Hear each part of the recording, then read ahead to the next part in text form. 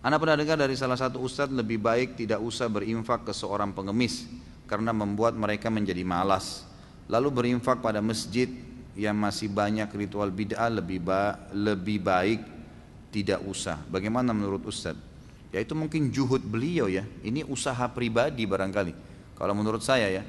Karena dalam Islam kalau hadis yang kita pegangi riwayat Al-Hakim dengan sanad sahih, kata Nabi SAW, kalau datang kepadamu seseorang yang meminta sementara dia di atas tunggangannya, berilah karena kau lebih mulia.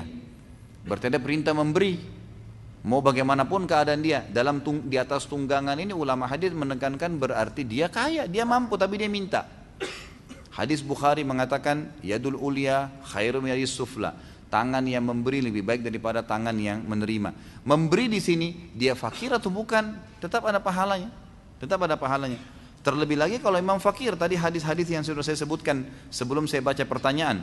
Bagaimana Nabi SAW memotivasi para sahabat disuruh sedekah walaupun dia punya satu kurma bagi dua. Kalau ada orang susah bagi dua, kasih, gitu kan.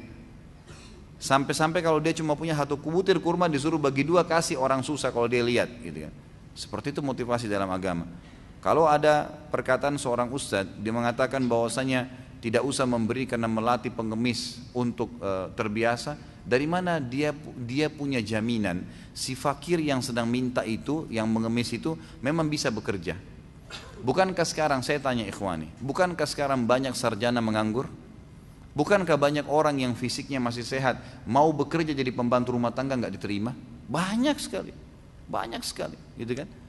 Saya temui kemarin menjelang lebaran di depan tempat saya di Condet itu, banyak sekali orang kesian satu keluarga dengan istrinya, dengan anaknya pakai gerobak sampah keliling. Saya kira tadinya ngangkat sampah. Saya tanya, Bapak mau ngangkat sampah? Oh enggak. Saya hanya jalan-jalan sama istri anak saya. Maksudnya kalau ada sesuatu dia dikasih, dia terima. Dan apa yang dikasih, makanan kah, pakaian kah, ditaruh di gerobak sampahnya itu.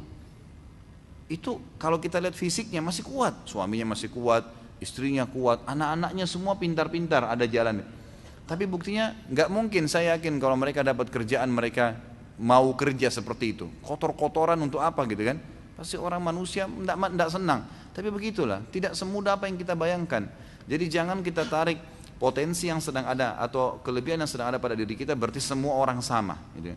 Kita bisa melamar kerja dapat kerja, berarti semua orang bisa melamar dapat kerja. Buktinya banyak orang yang ditolak melamar kerja, gitu kan? Banyak. Jadi kita nggak bisa tahu, makanya dalam Islam hukumnya hukum zahir yang kelihatan. Ada orang minta, kasih aja. Oh dia menipu nanti Ustadz, itu urusan dia sama Allah. Karena Allah nggak mentaklif kita, nggak membebankan kita sampai pada tingkat menilai dia ini bohong atau enggak. Nggak ada urusan sama kita itu. Saya sudah pernah kasih contoh. Sekarang di majelis kita ini tiba-tiba ada orang datang bawa proposal masjid. Nih, masjid butuh 100 juta. Kita nyumbang semua. Sebulan kemudian kita tahu orangnya nipu, nggak mau masjid. Kita rugi? Demi Allah enggak, sama sekali enggak.